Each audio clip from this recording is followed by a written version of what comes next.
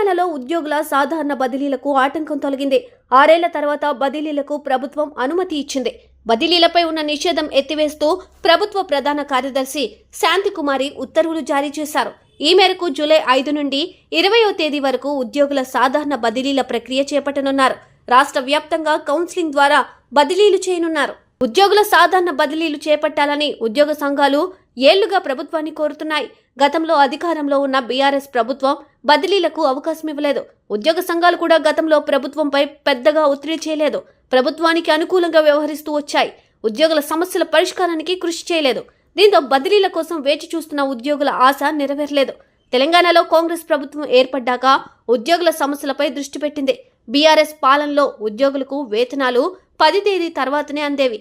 కానీ కాంగ్రెస్ అధికారంలోకి వచ్చాక 6 నెలలుగా ప్రతి నెల 1వ తేదీనే చెల్లిస్తోంది. దీంతో ఉద్యోగులు ప్రభుత్వ పనితీరుపై సంతృప్తిగా ఉన్నారు.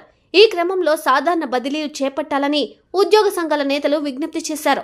మంత్రులతో పాటు ముఖ్యమంత్రికి వినతి పత్రాలు ఇచ్చారు. దీంతో తాజాగా సీఎస్ ఉత్తర్వులు జారీ చేశారు. రాష్ట్ర వ్యాప్తంగా వివిధ శాఖల్లో ఉద్యోగులు ఏళ్లుగా ఒకే చోట తిష్టవేశారు. సాధారణంగా 2 లేదా 3 ఏళ్ల తర్వాత బదిలీలు చేపట్టాలి.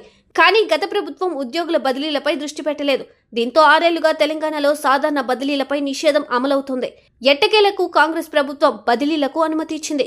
కనిష్టంగా 2 ఏళ్లు, గరిష్టంగా 5 ఏళ్లు ఒకే చోట పనిచేసిన వారిని బదిలీ చేయాలని ప్రభుత్వం నిర్ణయించింది. ఈ బదిలీలతో స్టాంపులు, రిజిస్ట్రేషన్లు, రవాణా శాఖలో ఏళ్లుగా తిష్టవేసిన వారు బదిలీ కానున్నారు. దీంతో ఆ శాఖల ప్రక్షాళన జరగనుంది.